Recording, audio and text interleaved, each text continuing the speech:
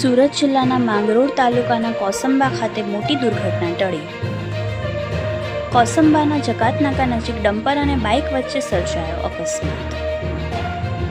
Dumper ચાલકે લાંબો turn લેતા સમયે બાઇકને લીધી અડફેટે. બાઇક ડમ્પરના ટાયર નીચે ફસાઈ. નસીબ જોગે બાઇક ચાલક સમયસર બાઇક પરથી કૂદી જતા આબાદ બચાવ થયો. ડમ્પરના ટાયર નીચે ફસાયેલી બાઇકમાં જોતામાં લાગી આગ. બાઇક ભડભડ સળગવા લાગતા આસપાસના લોકોમાં નાસભાગ મચી જવા પામી. આગ ડમ્પર સુધી ન પહોંચે તે માટે ડમ્પરને બાઇક પરથી આગળ કરી દેવાતા બાઇકનો કચ્ચરઘાણ નીકળી ગયો. સ્થાનિકોએ તાત્કાલિક બાઇકમાં લાગેલ આગ પર કાબૂ મેળવ્યો. ઘટનાની જાણ થતાં કોસંબા પોલીસ તુરંત જ ઘટના સ્થળે પહોંચી.